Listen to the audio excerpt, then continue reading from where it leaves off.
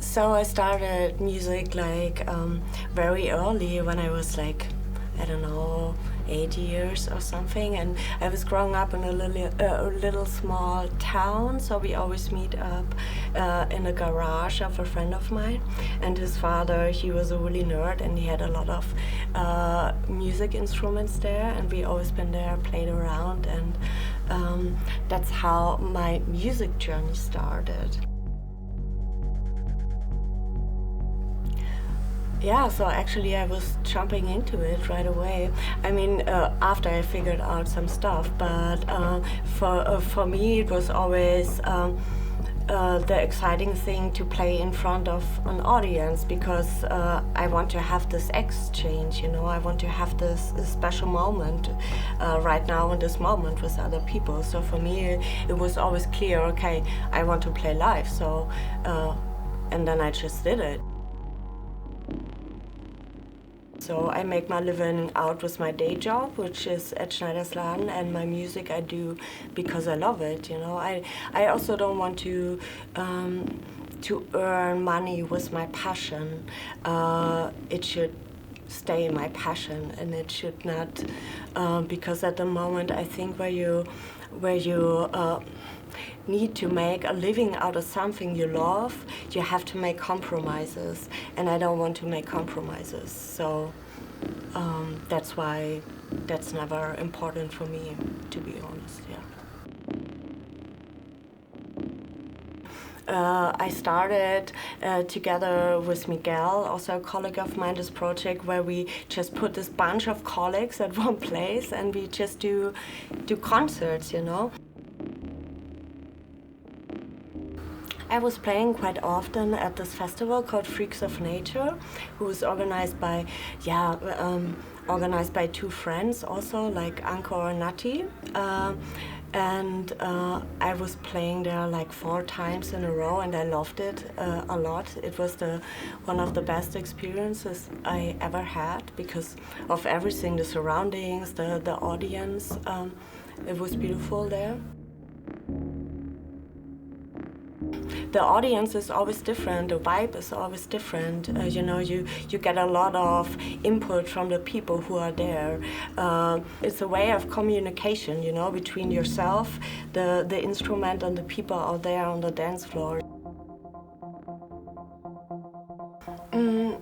I have some basics in there in my live system for sure, like sequencers for drums, like trigger sequencers, CV sequencers, like my oscillator that I always use.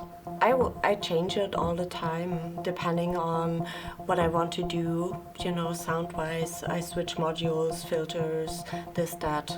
But I always try to choose modules which are versatile, that I can do more than just one thing with them. That's why I also I rarely use drum modules per se, you know, which have their certain thing that they have to do, like hats doing hats, you know, snares doing snares. But different kind of noise sources can do so much more, or oscillators can do so much more.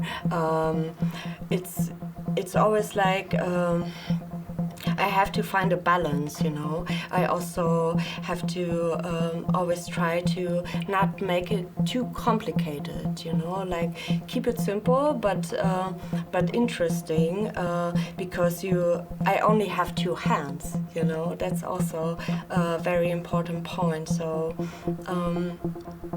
yeah, it's always a balance there that you need to find. All my voices, drum voices, are going separate out into the main mixer, because I also like to play with the equalizers on the mixer itself. I think it's a very important tool as well. It's not just a modular system; it's also the mixer with which you are working. It's very helpful.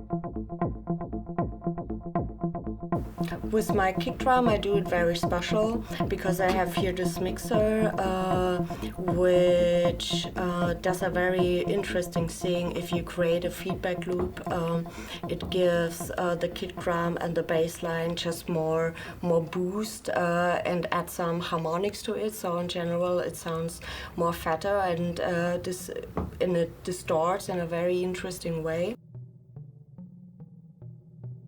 So one thing I really like to do, especially on my kick drum, so first I distribute here the clock. I like to use this oscillator here from, it's like a Buchla clone from very old times. And I plug this output now to my filter.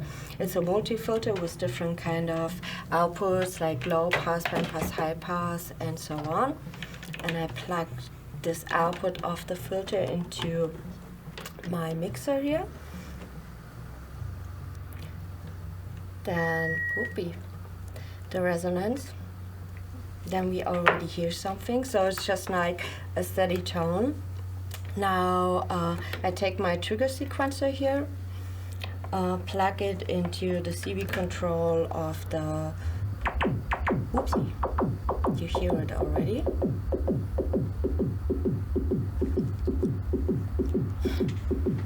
Like a horse running. And what I like to do, create this feedback loop by taking out the output of the mixer and plug it back into a channel. And then I think you can already hear it. It distorts in a way, it boosts the signal. That's what I love to do with my kick, actually. And it doesn't sound like 808 or 909 or whatever, it's just a bit different. And with the filter,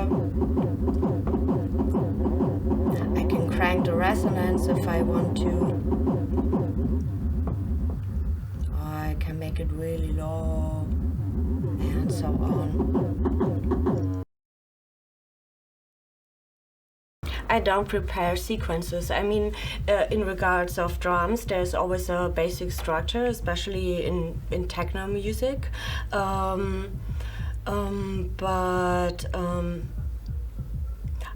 I just do it on the fly. I don't prepare sequences. No, I also have, for my melodies and stuff, I have this sequencer. It's a very simple one. If you look at it first, it's just 8 steps, but you can do a lot of things with it, if you are willing to play it. That's the thing. You can, it's easy, accessible. You have a lot of switches. You can switch off notes. You can make the sequence right now. Here it's running 7 steps. You can make it shorter to 3 steps, and so on. It gives you a lot of different possibilities. You just need to play it. So that's basically all about. You know, you have to play your system, at least for me, instead of preparing up front and just kind of press play. I do not listen so much to music, I have to say.